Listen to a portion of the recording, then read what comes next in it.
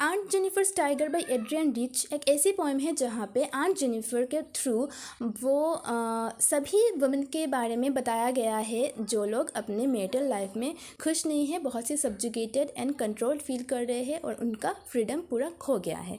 तो Adrian rich इसके poet है और यहाँ पे एड्रियन रिच ने बहुत अच्छे से इस सिचुएशन को दर्शाया है, दिखाया है कि आंट जेनिफर की तरह ही बहुत सारे ऐसे वुमेन हैं इस पेट्रियार्कल सोसाइटी में जो लोग बहुत सब्जुगेटेड हैं। तो क्या बताता है इस पोएम का फर्स्ट स्टेंजा पढ़ते हैं हम लोग। And Jennifer's tigers prance across a screen bright toppers denizens of a world of green. तो बोला गया है कि आंट जेनिफर्स के जो टाइगर्स है वो लोग बहुत ही एनर्जेटिकली मूव करते हैं एक स्क्रीन में। तो ये जो प्रैंस है, प्रैंस वर्ड का मतलब होता है जंप करना बहुत ही एनर्जेटिकली, और एक्रॉस अ स्क्रीन से ये बताया जा रहा है, ये समझाया जा रहा है कि ये जो आंट जेनिफर के टाइगर्स है वो एक स्क्रीन में प्रेंस कर रहे हैं। तो ये जो स्क्रीन है ये कोई टीवी का कोई स्क्रीन नहीं है, ये एक्चुअली एक रूम का किसी वॉल होगा जहाँ पे आंट जेनिफर ने एक पीस ऑफ क्लॉथ में दो टाइगर को एम्ब्रॉयडरी किया है।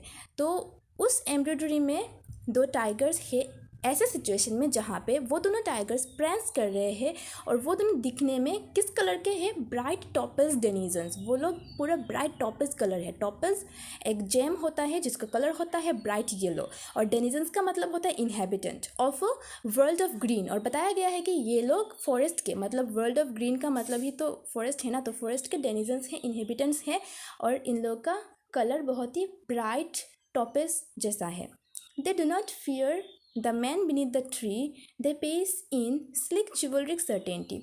और बोला जा रहा है कि ये जो दोनों टाइगर्स हैं वो लोग मैन, इसका मतलब है इंसान, इंसानों से नहीं डरते हैं, और वो लोग मूव करते हैं इन स्लिक चिवलरिक सर्टेनिटी। और वो लोग बहुत ही फियरलेसली, करेजियसली, विथ फिक्सिटी वो लोग मूव करते हैं। कहाँ पे? इस फॉरेस्ट पे। वो लोग किसी इंसान से नहीं डरते हैं। तो यहाँ पे टाइगर का जो मैनर है चलने का, मूव करने का, इस मैनर को डिपिक्ट किया गया है जो ये बताता है कि वो लोग बहुत ज़्यादा ब्रेव है, करेजियस है, और बहुत ही सर्टेनिटी के साथ वो लोग मूव करते हैं किसी से बिना डरे। उसके बाद ही बताया जा रहा है कि aunt Jennifer's fingers fluttering through her wool find even the ivory needle hard to pull. उसके बाद ही कंट्रास्ट करके बताया जा रहा है कि आंट जेनिफर्स का कंडीशन कैसा था। आंट जेनिफर बहुत ही ज़्यादा वीक थी, बहुत ही ज़्यादा सब्जुगेटेड थी। वो बिल्कुल भी करेजियस या फिर करेजियस एंड फियरलेस नहीं थी। उसको कोई डर था, जिस डर की वजह से वो क्या कर रही थी, वो जो इतना सुंदर एक एम्ब्रॉयडरी बना रही थी जिसमें इसने इतने सुंदर एनर्जेटिक टाइगर्स को बनाया है, उनको बनाते वक्त भी वो बिना डरे नहीं कर पा रही थी। लग रहा था कि वो किसी डर से जूझ रही है और उसी डर की वजह से वो अपना काम ठीक से नहीं कर पा रही है। इसीलिए बोला गया है कि find even the ivory needle hard to pull. उस नीडल को पुल करते टाइम भी ऐसा लग रहा है कि वो बहुत ज़्यादा डर डर के कर रही है और अच्छे से नहीं कर पा रही है। तो यहाँ पे जो क्रिएटर है, मतलब ये जो दोनों टाइगर है जो इतना ज़्यादा एनर्जेटिक और इतना करेजियस चिवलरिक है, इनको जिसने क्रिएट किया ये है आंट जेनिफर। जिसने इतना एनर्जेटिक, इतना चिवलरिक कुछ क्रिएट किया है, वो इतना ज़्यादा वीक और सब्जुगेटेड और इतना फियरफुल क्यों लग रही थी? इसका भी कुछ रीज़न होगा ना। तो आगे देखते हैं कि इसका रीज़न क्या था। The massive weight of uncle's wedding band sits heavily upon Aunt Jennifer's hand। तो यहाँ पे बोला गया था massive weight of uncle's wedding band। अगर जेनिफर को आंट बताया गया है तो अंकल यहाँ पे डेफिनेटली उनके हस्बैंड के बारे में बताया जा रहा होगा कि अंकल का जो वेडिंग बैंड है, वेडिंग बैंड का मतलब है वो वेडिंग रिंग होता है ना, तो वेडिंग रिंग को बहुत ज़्यादा मैसिव वेट वाला लग रहा था आंट जेनिफर के लिए। आंट जेनिफर के हाथ में जैसे कि वो रिंग बहुत ज़्यादा भारी ऐसा फील हो रहा था, और वो उस रिंग को अपने हाथ में बहुत ही वो रिंग बहुत हेवीली वो रिंग उसके हाथ में है ऐसा लग रहा था। तो जो वेडिंग रिंग होता है वो एक गिफ्ट की तरह, एक ब्यूटीफुल गिफ्ट या फिर एक ब्यूटीफुल चीज़ बोल सकते हैं हम लोग। लेकिन ये ब्यूटीफुल चीज़ आंट जेनिफर को क्यों इतना ज़्यादा हेवी और मैसिव लग रहा था? क्यों ऐसा लग रहा था उनको? When aunt is dead, her terrified hands will lie still ringed with ordeals she was mastered by. फिर बोला जा रहा है कि जब आंट की डेथ हो जाएगी, her terrified hands will lie. उनके टेरिफाइड हैंड्स के थ्रू क्या समझ सकते हैं हम लोग कि वो बहुत ज़्यादा स्ट्रॉन्ग थी, बहुत ज़्यादा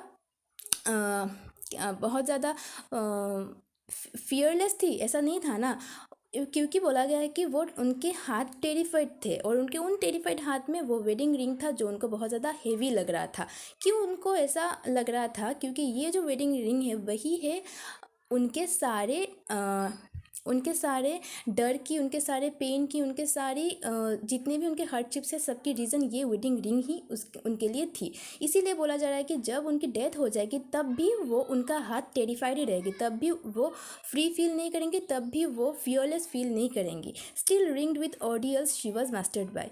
तो बोला जा रहा है कि उनका हाथ तब भी उसी वो रिंग तब भी उनके हाथ में रहेगा, और साथ ही उस रिंग के साथ और क्या रहेगा? ऑडियल्स भी रहेंगे। ऑडियल्स का मतलब है कि पेनफुल एंड हॉरिफिक एक्सपीरियंस, जितने सारे पेनफुल एंड हॉरिफिक एक्सपीरियंस उन्होंने अपनी मैरिटल लाइफ में किया है वो सारा भी उस रिंग के साथ उनके लाइफ में तब भी रहेगी। और ये जो रिंग है वो प्रूफ देती रहेगी, या फिर वो उनके जितने भी पेनफुल एक्सपीरियंस हैं अपनी मैरिटल लाइफ में वो हमेशा उनको याद दिलाती रहेगी। She was mastered bye. और जितने सारे ये सब कॉज है, ये सब जो रीजंस है, ये इन सब पेनफुल और सब्जुगेशन, पेनफुल एक्सपीरियंस और सब्जुगेशन का रीज़न ये रिंग ही है।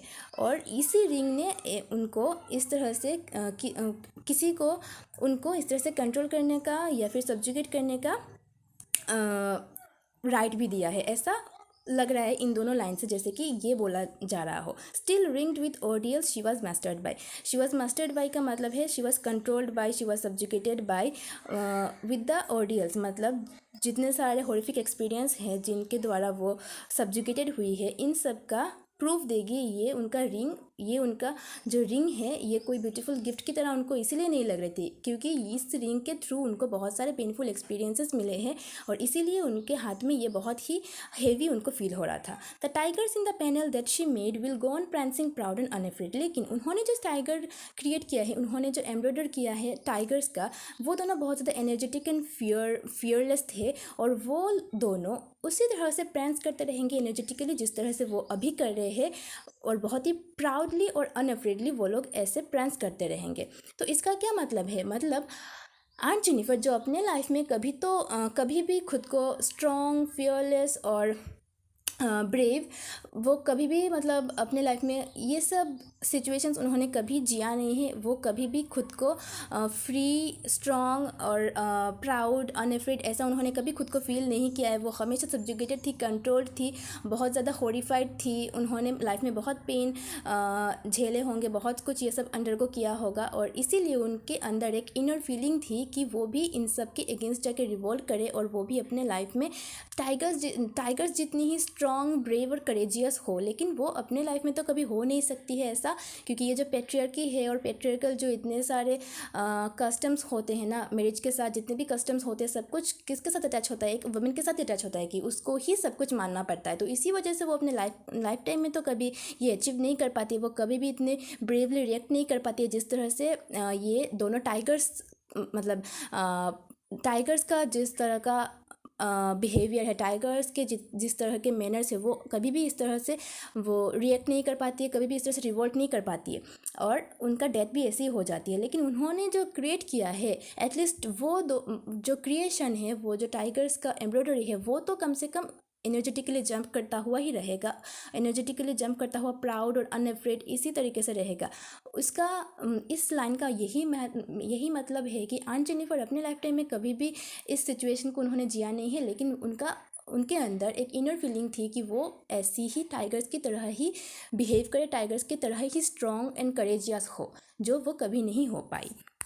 उसके बाद कुछ इंपॉर्टेंट पॉइंट्स मैंने लिखे हैं, जो है the poem is a symbolic poem which shows the inferior and subjugated situation of Aunt Jennifer in her marital relationship। मतलब ये जो पोएम है ये एक सिंबलिक पोएम है जहाँ पे क्या शो कर रहे हैं पोएट, ये जो आंट जेनिफर है उनका जो एक सब्जुगेटेड सिचुएशन था जहाँ पे वो बहुत ज़्यादा वो कंट्रोल हो रही थी, बहुत ज़्यादा इंफीरियर फील कर रही थी अपने मैरिटल रिलेशनशिप में, उसी को दिखाया जा रहा है। The tiger here indicates her inner wish to revolt energetically which contrast her real situation.